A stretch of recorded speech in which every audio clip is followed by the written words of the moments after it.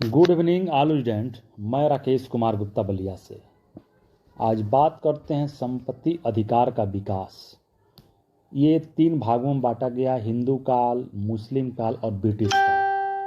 हम इस पर बात करते हैं, हिंदू काल की बात करेंगे। पहले हिंदू काल।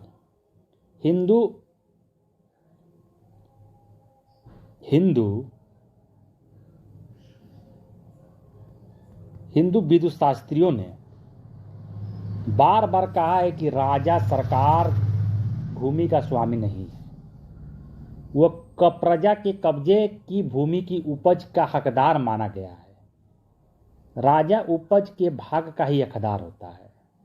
उसका उपज में भाग प्राप्ति का अधिकार इसलिए नहीं था कि वह भूमि का स्वामी तथा, वरन इसलिए था कि वह प्रजा के जीवन, स्वतंत्रता एवं संपत्ति की रक्षा करता था।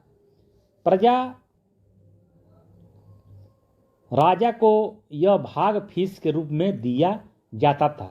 स्मृतिकार नारद के शब्दों में यह मालगुजारी, उपज भाग, प्रजापालन, वेतन था। और अंतिम स्मृतिकार पराशर की भी कथन है कि चूंकि राजा उपज का भाग कर के रूप में लेता है, मतलब टैक्स के रूप में लेता है, अतः उसके प्रजा की रक्षा न केवल शत्रुओं से करनी चाहिए बल्कि चोर लुटेरों आदि अन्य आंतरिक शत्रुओं से भी करनी चाहिए। क्या राजा भूमि का दान कर सकता है?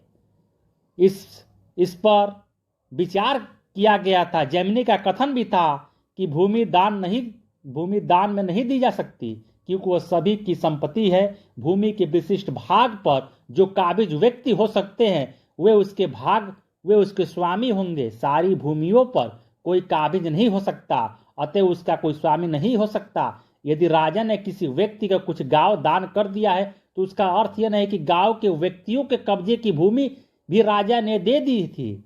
इसका अर्थ केवल इतना है कि राजा ने भूमि उपज से प्राप्त अपने भाग का दान कर दिया। एक राजा द्वारा दूसरे राज्य को जीतने पर विजित प्रजा के मकान एवं भूमि संपत्तियां विजयी राजा की संपत्ति नहीं हो जाती, परंतु राजा द्वारा दे कर का ही विजय राजा का हकदार होता है। राजा को भूमि की उपज का 6ठा भाग, 1/6 भाग प्राप्त करने का अधिकार था। आपातकाल में राजा उपज का 1/4 भी भाग भी ले सकता था, किंतु पूरे हिंदू काल में 6ठा भाग पाने का परंपरा नहीं है। 6ठा हिस्सा लेने वाला शब्द राजा का पर्यायवाची हो गया है। और मुस्लिम काल में वह 6ठे से 3रा कर दिया गया है। और औरंगजेब ने तो उपज का आधा भाग मालगुजारी के रूप में वसूल किया है। और अकबर के समय में टोडर मल बंदोबस्त द्वारा राजा का यह भाग उपज का 1/3 नगद के रूप में रखा गया। और अंग्रेज शासनकाल में पूर्व लगभग व्यवस्था प्रचलित रही। ठीक है। जय भारत, जय संविधान।